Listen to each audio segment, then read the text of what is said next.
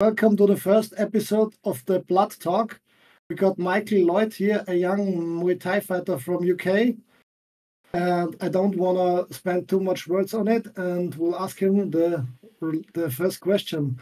Michael, how are you and who are you? You can introduce yourself and I will let you talk. Right, so I'm Michael Llyod from the UK in Newcastle. I've been training Muay Thai since I was 11, but I did some other combat sport when I was around 7 or 8. And then I started taking it more serious when I was 15. I only just started off for a bit of fun. So I saw you also a personal trainer also, so you do this for a living, I guess? Yeah, I do it for a living. At first, when my coach used to have I want to be a coach, I was like, nah, I couldn't see myself being always in the gym. Then it was out of nowhere. It was I think I was 16, 16, 17. Yeah. I just started helping out more, doing a lot more coaching. I used to be in the kids' classes helping out with my coach when I was 14, 15. I was very shy at first. I never actually used to enjoy doing it until I got I got a hang of it. I kept on doing it. Then I just started enjoying teaching more, and then just seeing how other people progress on. It's good to see. So, personal trainer I've been doing for the past year, doing one-to-ones. Okay. And then I've just been enjoying it since. So yeah, that's what I just want to keep on doing. It's like an example for your work, I guess.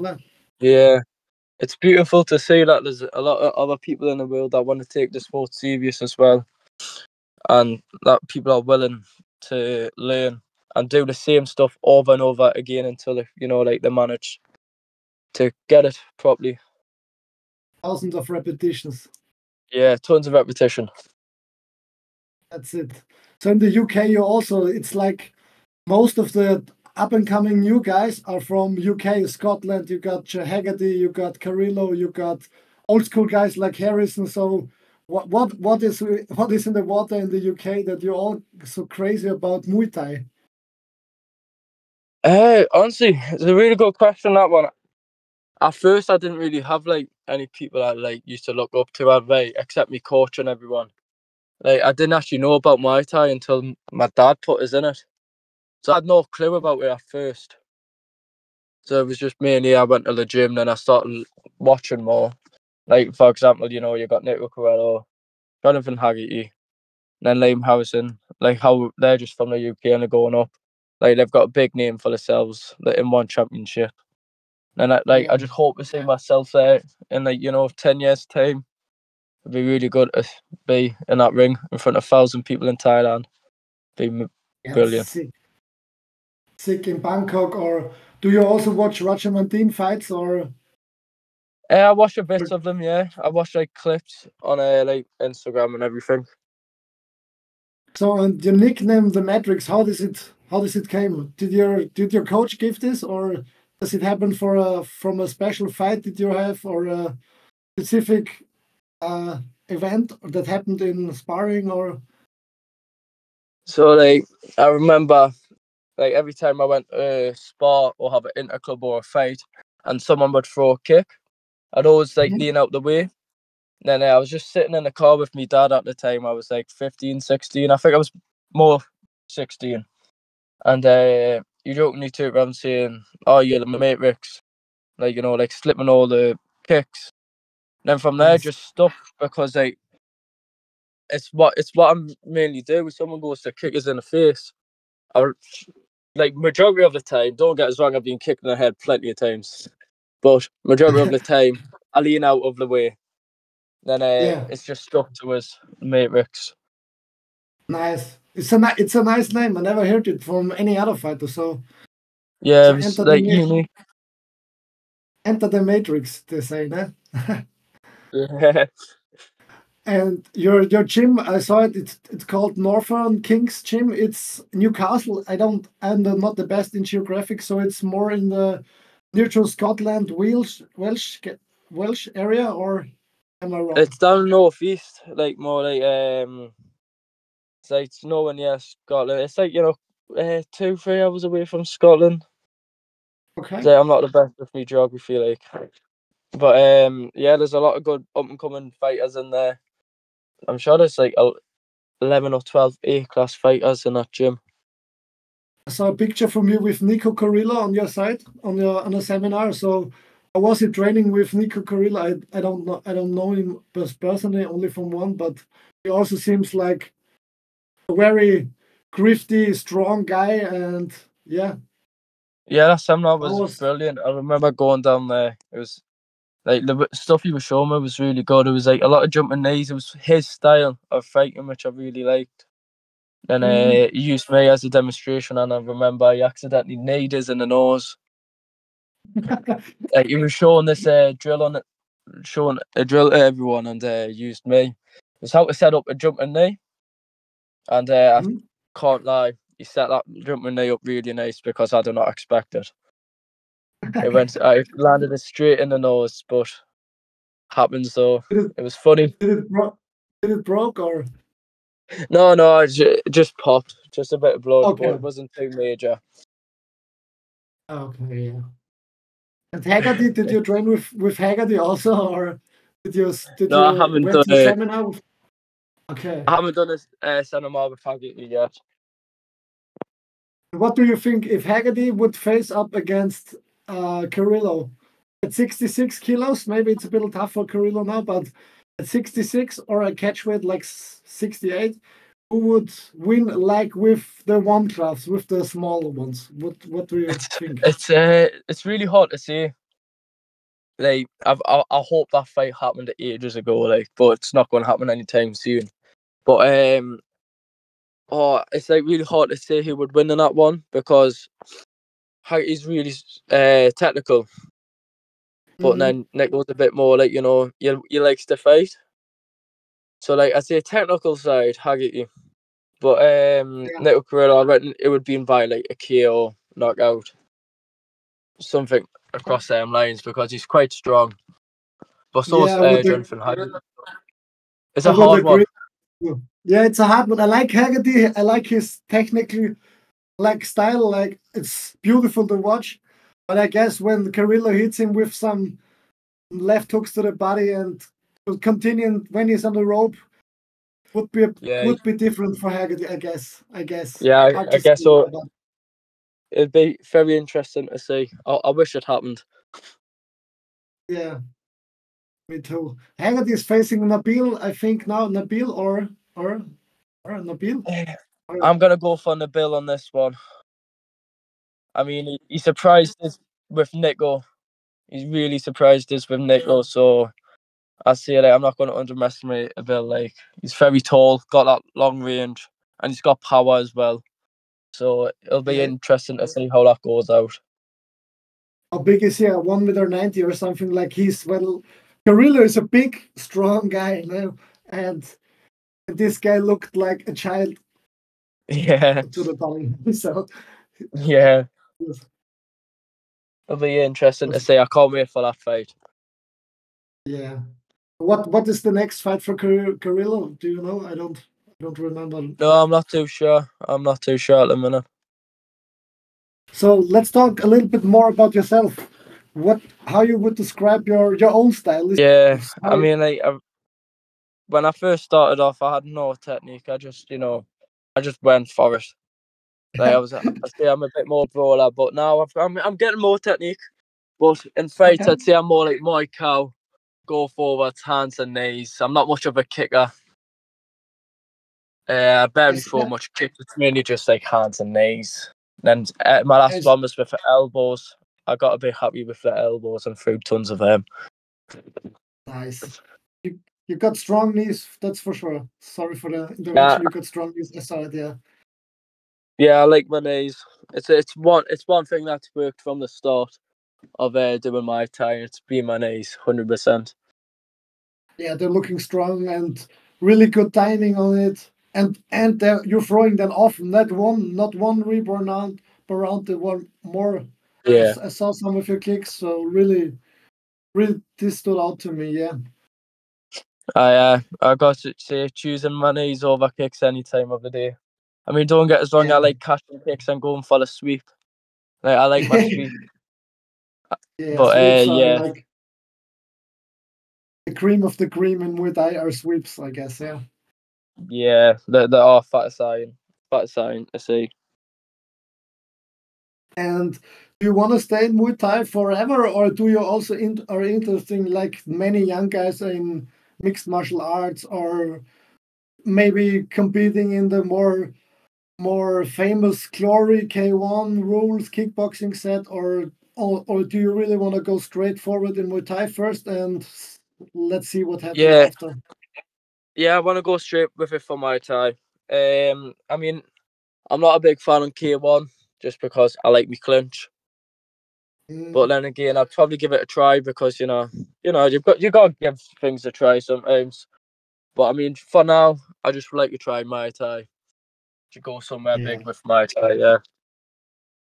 And I saw you trained in Thailand also in February, I guess. I saw watched some Yeah, of your I went. posts. Yeah, I went to January. I flew out in January to February. That was good.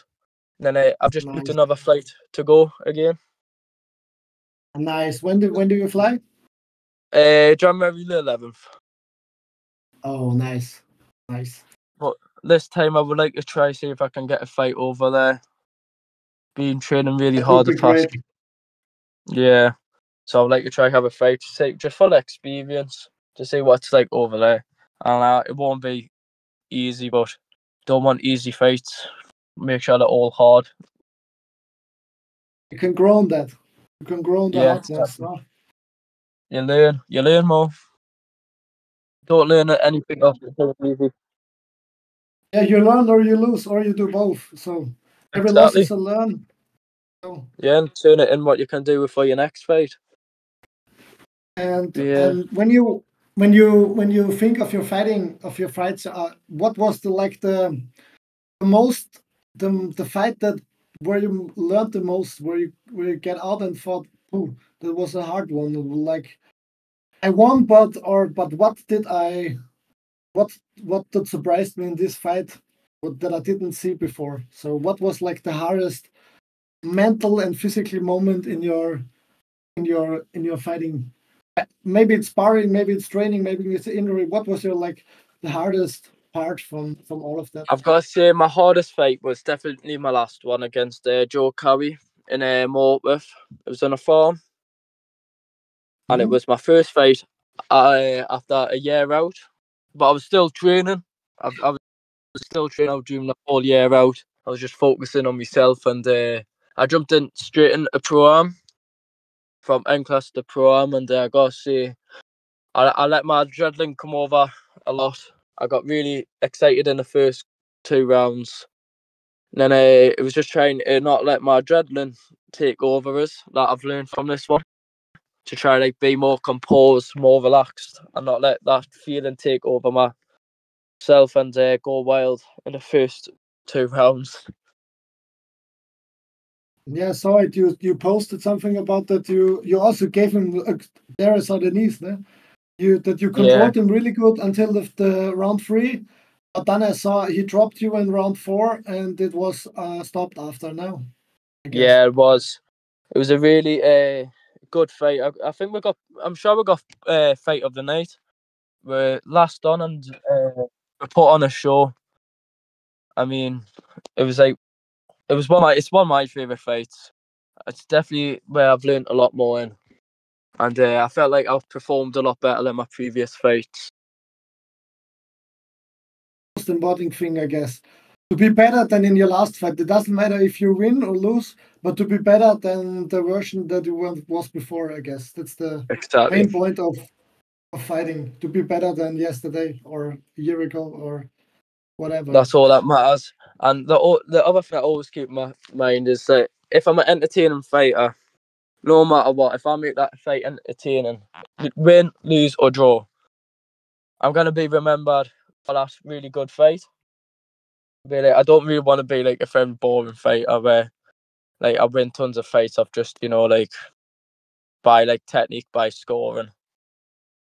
Like I want to make sure people want to come see us no matter what. If I lose, win or draw, people will be like, yeah, he's game. He likes to fight. He brings Like, the fight. He comes to fight. Yeah. yeah, And so from your personal training, what's different from your personal training to your coaching philosophy, or do you try to bring your own fighting philosophy into your fighters or people that you train? Yeah, that's the dream. But at the minute, I'm just like, it's a lot of beginners coming in wanting to learn the sport of Muay Thai. At the minute, I've got a lot of young kids in for one-to-ones, showing a lot of interest in the sport and wanting to go somewhere in the next couple of years. I've got like about 5, 6 youngins doing one-to-ones, and from the first time they've ever both all came in, been a massive improvement in not just the Muay Thai skills and the behaviour towards the sport. And it's just good to see in the kids classes. I just teach like a big group of kids. Some want to take the sport serious, some just come here for fun, and no matter what, if all of them are enjoying it, that's all that matters. And in my one-to-ones, I've just got like a mix of people just doing it for fitness, people wanting to take it serious, or some people just want to come in and learn the sport of Muay Thai, which is totally fine. Yeah, for sure. Yeah, stay fit. Not everybody needs to be like a Muay Thai world champion, but everybody should at least visit a Muay Thai gym and try it. You will be a better person, I guess. Also, it's my opinion. Yeah, exactly. I've got like a couple of people came in, like they're not fussed about fighting, but what I've noticed is like how they're looking a lot much healthier and happier from starting one-to-ones, and they feel like they look a lot fitter. Like I remember a couple of people that first started off, they had no idea what the sport was. The fitness wasn't the best, and they were just eating, a lot of junk food until they started coming in one-to-ones with me. I mean, I'm not the best on nutrition, but like I know bits and bobs, like little bits of it. I've helped them Mhm. out a little bit, show them like, oh yeah, this is what you should eat, this is what you should stay away from, but also don't like suffer too much when it comes to a Saturday. Have something that you fancy, and then they came into the training sessions working really hard, and they just look a lot happier and healthier. That's it. That's that's how it's supposed to be. That's how it should be in my eyes. Yeah. Yeah, that's all that matters. At the end of the day, if you enjoy your life and doing what you want to do, that's all that matters. That's all that matters for sure.